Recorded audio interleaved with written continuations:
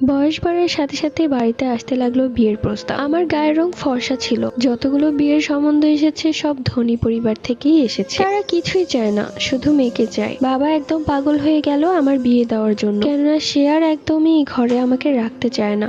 একদিন খুব ধনী পরিবার থেকে আমার জন্য বিয়ের সম্বন্ধ আসে। ছেলের কোনো ভাই বোন নেই, সে একাই। ছেলের মা মারা গেছে 2 বছর আগে। সেই দিনের পর থেকে ছেলের ফুপুই তাদের বাড়িতে আছে। বলাই চলে পুরো সংসারটা ছেলের ফুপুর হাতে। তারও স্বামী মারা গিয়েছিল অনেক বছর আগে। সে একাই থাকতো, কিন্তু হঠাৎ ভাইয়ের বউ মারা যাওয়াতে সে বাড়িতে আসলো। তো যাই হোক, আমার ছবি ছেলেকে দেখানো হলো। একবার আমার ছবি দেখে সে আমাকে পছন্দ করে ফেললো এবং ঠিক করলো আমাকেই বিয়ে করবে। তো যাই হোক, আমার অনেক আশা ছিল আমার সুখের সংসার হবে, যেখানে আমি আমার স্বামীকে নিয়ে খুব ভালো থাকবো। বিয়েতে সব আয়োজন তাদের পক্ষ থেকেই করা হয়েছিল, কেননা আমাদের অবস্থা ওরকম ভালো ছিল না। বিয়ের পর যখন প্রথম তাদের বাড়িতে পা রাখলাম, তখনই কেমন যেন বুক